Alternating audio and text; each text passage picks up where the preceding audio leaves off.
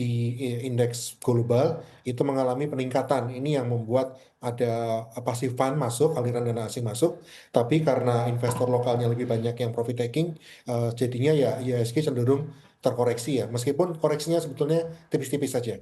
Ya, kalau untuk penurunan suku bunga US itu mandat The Fed sendiri ada dua ya, satu adalah maximum employment dan dua adalah price stability atau kestabilan harga.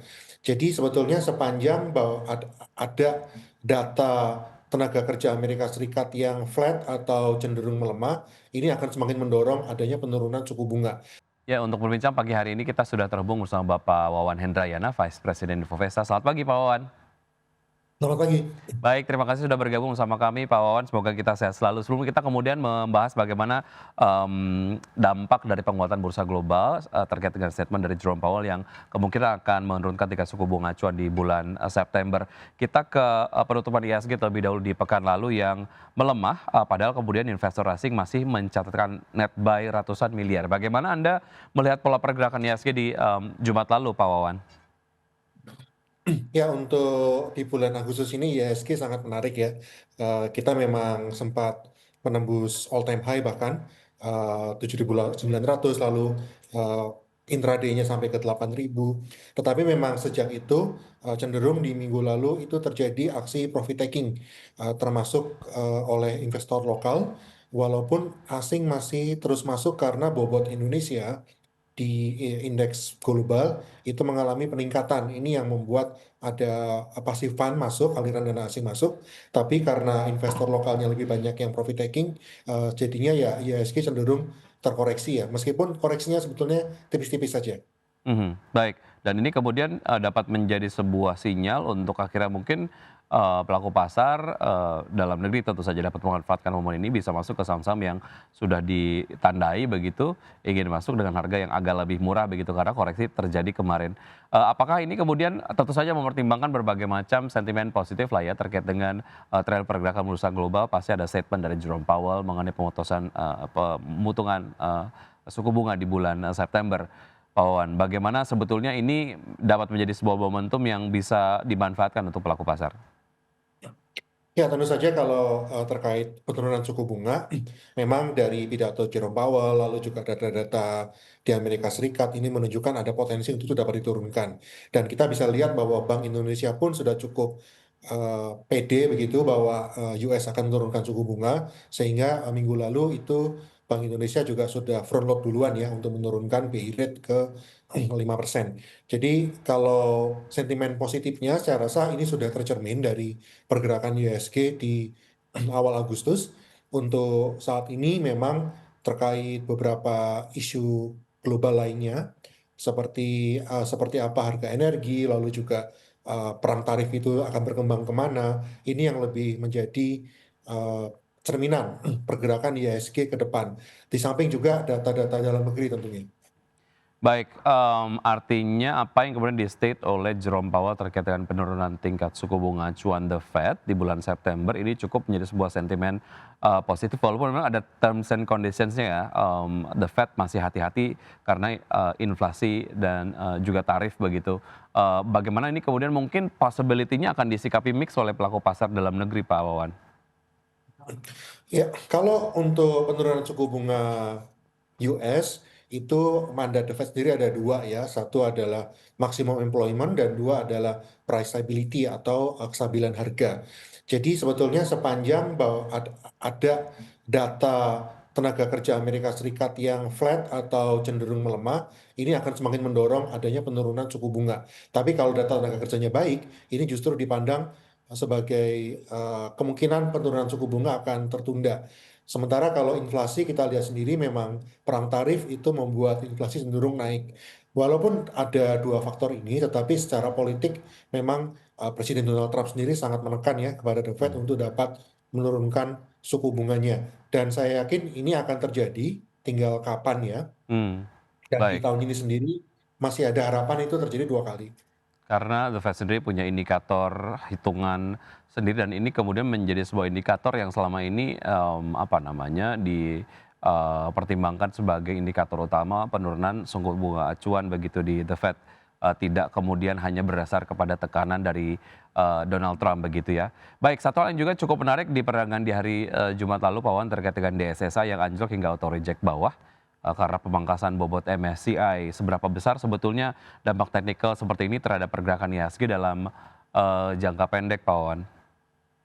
Ya, untuk DSSA ini memang waktu itu mengalami rally juga karena dia masuk ke dalam indeks MSCI dan kemarin juga masuk juga ke indeksnya FTSE atau FTSE. Tapi memang ketika terjadi penurunan bobot, diperkirakan ya akan keluar mungkin sekitar 1 T dana yang keluar dari DSSA. Eh, ini kira-kira ke indeks pengaruhnya sekitar bisa minus setengah sampai 1% kalau betul setengah 1 T ini keluar.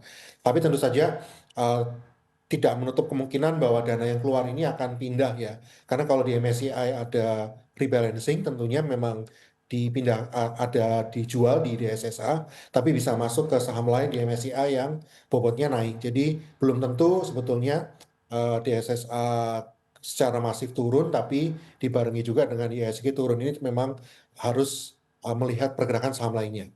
Baik, mengikuti penurunan dari saham DSSA, saham grup Pragiga Pangasu ada Brand, BRPT, dan juga TPI ini ikut tertekan. Apakah kemudian pasar masih melihat ada risiko tersendiri terhadap saham-saham konglomerasi, Pak Wawan? Ya, untuk saham konglomerasi sendiri ini memang secara fundamental boleh dibilang ya tidak sebaik saham-saham blue chip begitu ya. Bergerak lebih kepada sentimen dan juga ketika masuk ke indeks tertentu, contohnya di SSA kemarin. Ketika ada ekspektasi atau proyeksi bahwa kemungkinan mereka masuk ke indeks global itu melemah atau turun, ini biasanya juga direfleksikan bahwa harganya juga bisa ikut terkoreksi juga. Tapi biasanya kalau kita bicara saham konglo ketika sudah terkoreksi cukup dalam akan ada rebound juga ya karena Hmm. bagaimanapun juga dari sisi likuiditas mereka relatif cukup baik. Jadi kalaupun ada yang menjual biasanya ada yang membeli juga. Baik, kita bergeser ke instrumen investasi lain, obligasi yang kemudian dimiliki oleh Bank Mandiri ini di kuartal 4 tahun 2025 akan segera diterbitkan. Secara opsi portofolio diversifikasi portofolio investasi menurut Anda seberapa menarik ini Pak Wawan? Ya, saya rasa sangat menarik kalau kita bicara tentang obligasi, karena Mandiri menerbitkan saat suku bunga sudah mulai turun ya. Dan kalau kita lihat industri sendiri, terutama industri reksadana, ini yang fixed income atau pendapatan tetap ini sedang berkembang luar biasa. Dari year to date aja sudah tumbuh sekitar 17% dana kelolaannya. Dan ini pasti membutuhkan obligasi korporasi. Jadi obligasi Bank Mandiri ini dapat diserap juga oleh industri baik itu oleh pelaku pasar lain, dana pensiun, asuransi, atau bahkan retail, dan juga oleh industri reksadana juga. Tapi memang karena Bank Mandiri ini ratingnya triple A, biasanya sih dari sisi imbal hasil tidak terlalu jauh dari Sun ya. Tapi bagaimanapun juga ini masih menarik karena dipandang aman dan tetap memberikan kupon yang jauh di atas deposito. Baik, sejauh mana aksi korporasi ini dapat menjadi katalis positif bagi kinerja Bank Mandiri sendiri, Pak Wawan? Penerbitan obligasi bagi perbankan ini menambah permodalan ya, dan juga berarti meningkatkan likuiditas perbankan. Artinya ini Bank Mandiri sudah memberikan sinyal bahwa mereka siap untuk melakukan ekspansi dalam hal ini kemungkinan besar adalah ekspansi kredit.